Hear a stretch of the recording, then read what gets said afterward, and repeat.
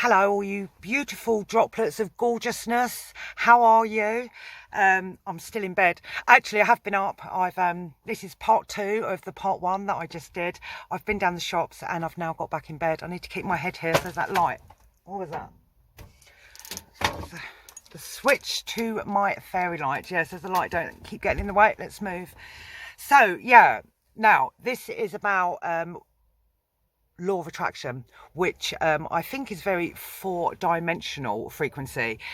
Somebody in my comments asked me to talk about the law of attraction and do I believe in it? So here you go. And the short answer is yes, I do believe in the law of attraction. I've used the law of attraction many times, and I will share an experience with you about the law of attraction. But before I go on, I just want to say, I know we're living in scary times. I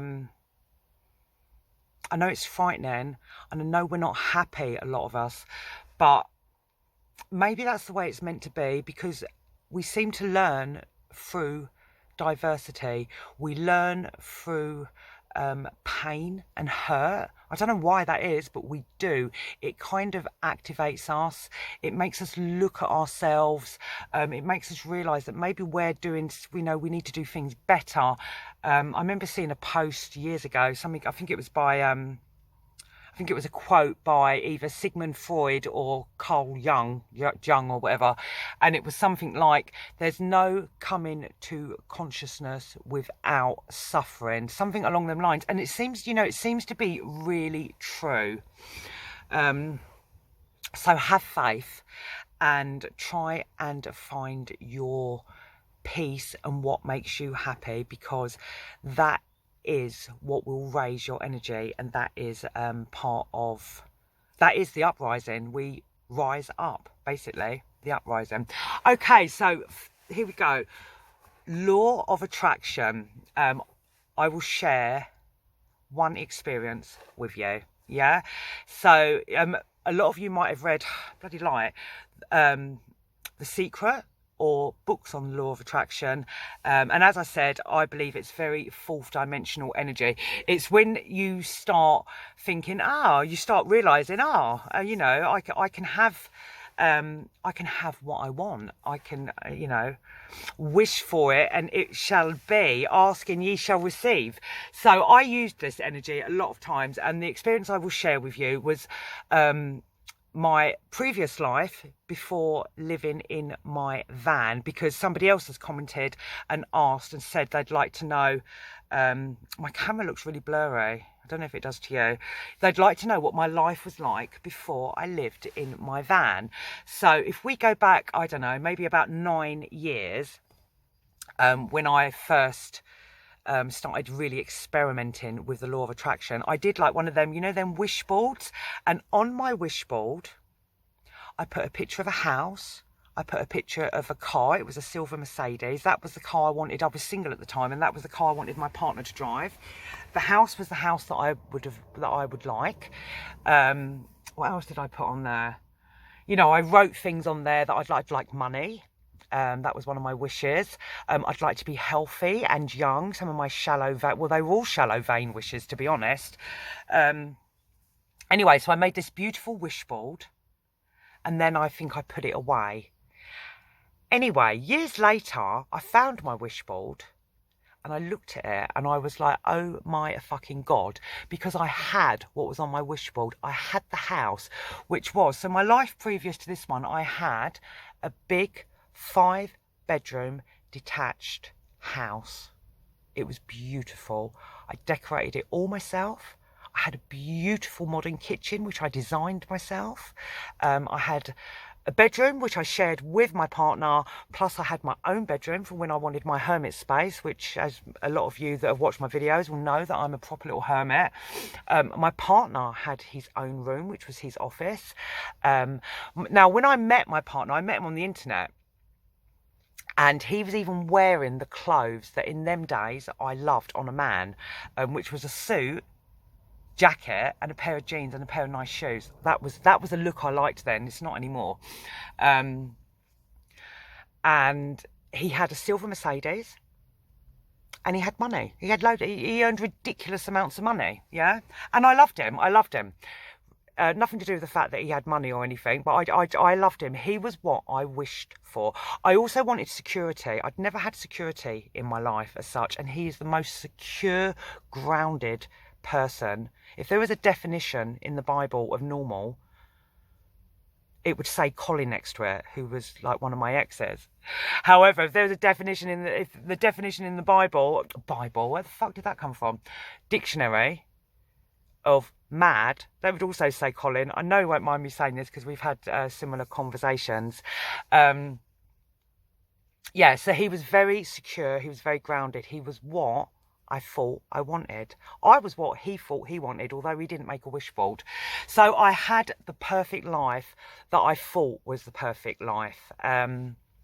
Beautiful house, beautiful car, perfect grounded boyfriend that earned lots of money. We got engaged to be married. But yeah, so the law of attraction, it most definitely does work. But there's a really massive but. Be careful what you wish for. What you think you want might not be what you actually want or what you actually need. Because although I had what appeared to be my perfect life, I've never been so unhappy. Never been so unhappy ever. I had an immaculately clean house. I then had my own nice car. I did have 4 years of training to be a counsellor, which I really, really enjoyed. But yeah, I wasn't happy. I was incredibly depressed. I didn't make him happy. He didn't make me happy. No matter what I had materially wise, I was so unfulfilled. My counselling course did fulfill me on a lot of levels, and I really am pleased I did that. So yeah, the law of attraction works. You get what you want. Right, I'm going to come back because my data, bear with me. So yeah, the law of attraction definitely works. I believe it's 4-dimensional. I do think you need to be careful what you're wishing for. If you're ordering a man or a woman, a partner, using the 4th dimensional frequency, I suggest you write a whole flipping book, because if you leave one detail out, you can bet your life it'll be them details or that one detail you left out that you want, that you didn't think about at the time, that you won't get. So personally, I think practice, do it, experiment with it, have fun with the law of attraction.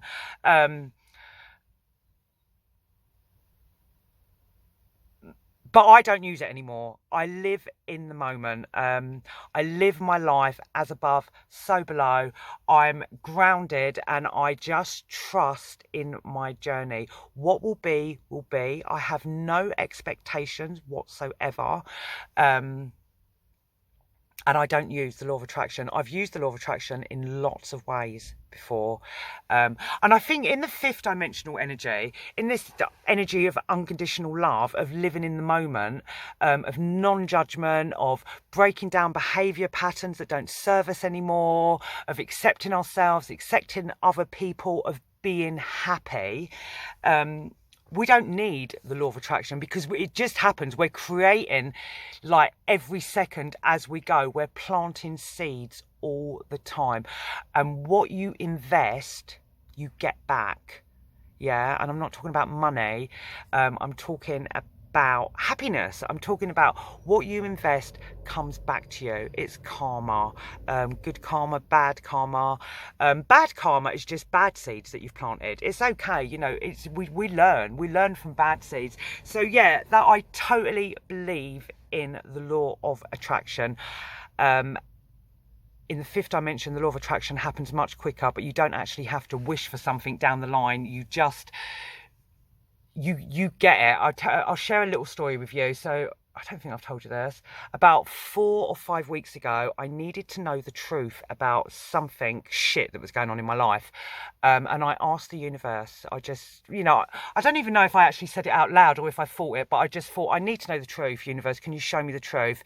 And I'm not kidding. Within a day, I got the truth through random, and I'm talking people I don't even know.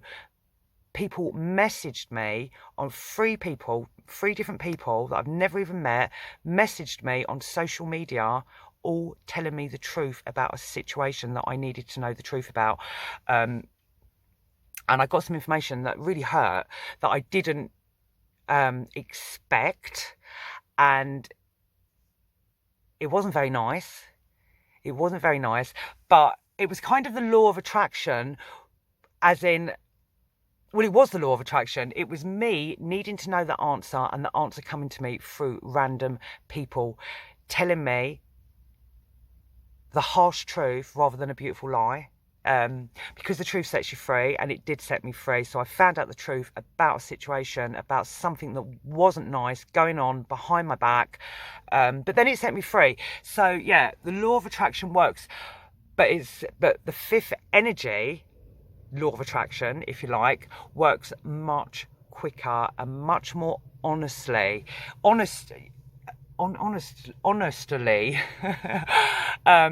because in the, is that a tractor? In the fourth dimensional frequency, we ask for things, material things, maybe a new car, a new boyfriend, money. In the fifth dimension, we ask for the truth. And I'd rather have the truth than money. Because like I keep on saying, the truth will set you free. Truth is indestructible. It is power. When you know the truth, you know what you're dealing with. And then you can move on. And then you can move forward. Then you can rise up. So yeah, so that's my little bit of waffle on 4-dimensional frequencies. And the law of attraction is very magical, 4-dimension. It's very, very, very, very, very trippy. And once you've got a handle on the 4th dimensional frequencies, you then go up to the 5th dimensional frequencies, and that's really trippy, because that's when the universe will throw everything at you. Things like my mum saying to me, "Don't show anyone you're happy." I went around thinking being happy was wrong. You shouldn't be happy. So you know, in the 5th dimension, you start undoing conditionings, like my mum, "Don't be happy," and now I am happy, and I'm happy to share that I'm happy, even though I know it's not for everybody. Yeah, so there you go, that's it.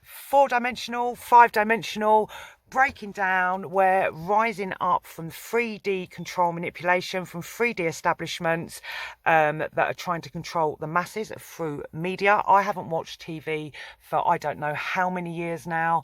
I'm watching Game of Thrones at the moment. So I've watched the first one, not the first one, I've watched the first one of this latest season, and I'm on to the second one. I've got another one to go after that. It's really exciting. I hope you've got your is it Bloodstone? Because I'm sure what's going on in the Game of Thrones is actually happening in the real world. You get touched by one of the Nightwalkers, you're stuffed, mate. You've got to raise your energy. So as always, I'm in a fantastic mood. I've got a flipping work 5 days on now, which I shouldn't say I'm not looking forward to. I can't wait.